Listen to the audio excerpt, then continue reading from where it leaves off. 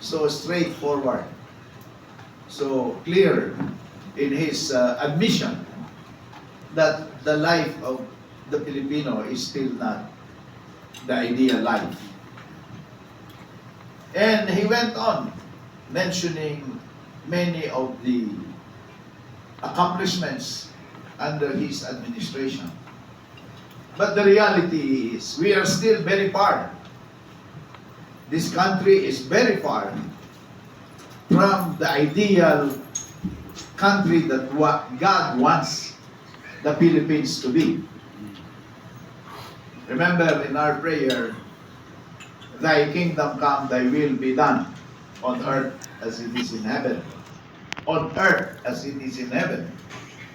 We cannot say that the Philippines is now under that level of existence na masabi natin na kagustuhan ba ng Diyos? Marami ang naghihirap. Kagustuhan ba ng Diyos? Maraming hindi nakapag-aaral. Kagustuhan ba ng Diyos na may korupsyon sa pamahalaan? And yet we know that poverty, lack of quality education for our children, lack of decent jobs for our people, and healthy existence, which is wanting for many of our people. Our children, 1/3 of them are malnourished.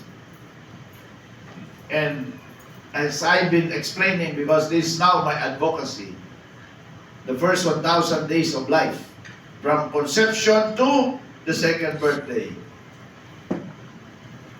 If a child is malnourished in this period, his brain will not fully develop. Mahina na ang utak. Irreversible na yung damage. Hindi mo na pwede pang habulin sa 3rd year, 4th year niya. Saka mo hahabulin. The damage is done. And that is why our performance in that PISA, nabasa nyo na yun, Program for International Student Assessment. 81 countries, ang Pilipinas, at the bottom in reading, and second to the lowest in science and math. And I think God does not relish that idea, does not like us, does not like that idea. Because prosperity for all, good life for all. Amen. Peace, harmony, understanding. Developing the potential that God has given in each one of us. That is what is God's desire for us. And yet the problems continue. Election after election. New leaders after new leaders. Basically, the problems have remained. Nung ako ay aktivista nung dekada 70, 17 years of age, nung ako ay mamulat sa nangyayari sa ating bayan. Medyo matagal na yun, no? 1969. Naging laman ako ng kalsada. Sinisigaw, ipaksa.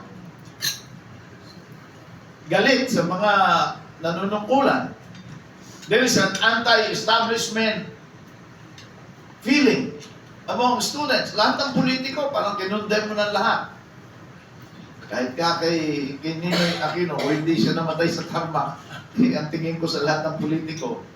And I think many of us here, when we were young, we had that anti-establishment attitude.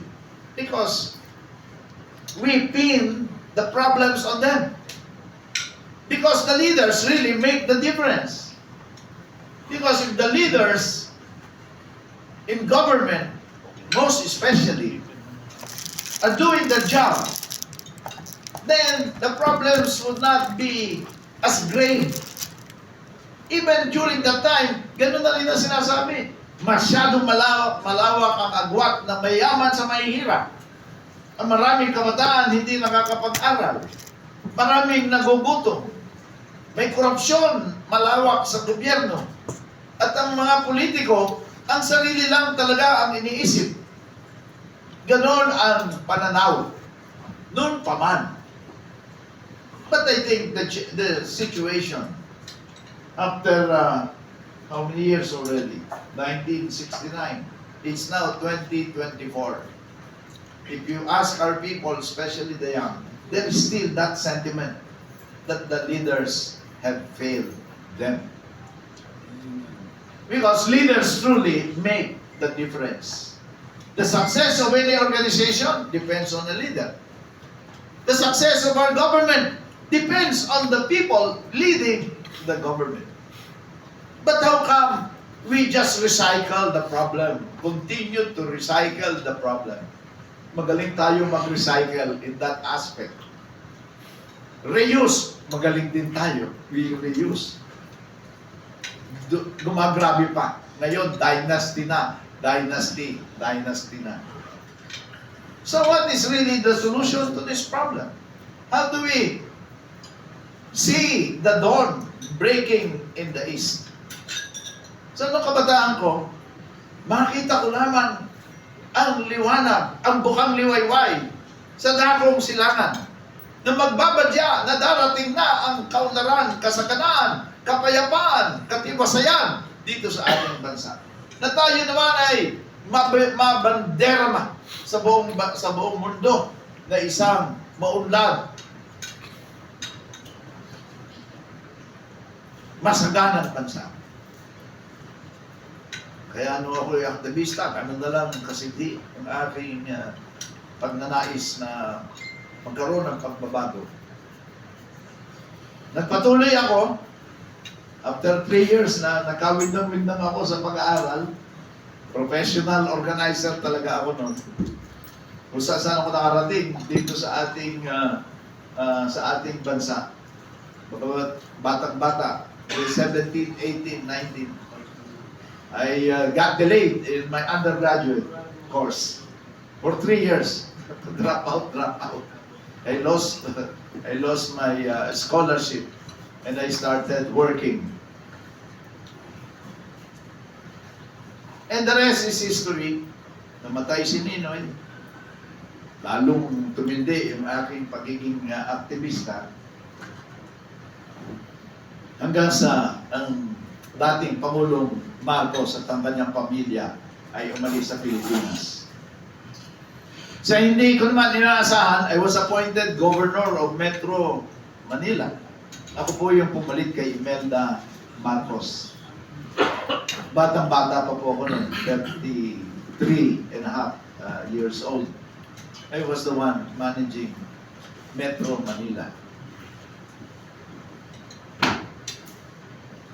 At dahil ako'y aktivista, at takot akong sigawan ng ibagsak. Kasi ako yung aktivista ko. Bagsak! Natatakot ako na baka naman ako'y sigawan ng ibagsak! Kapagkat ako naman ang nakaupo sa pamahalaan. Umiwas po ako ng todo-todo sa mga sitwasyon na maaaring makompromise ng aking pangalan. But I was animated, I was motivated by my own human understanding. Anong ibig sabihin? Sa aming lakas lang ako umaasa. Nalalabanan ko ang pagiging, ang corruption sa gobyerno. Sariwang-sariwa pa lang ako sa aktivismo. Ang laking takot ko na baka ako'y sigawan ng ibagsak.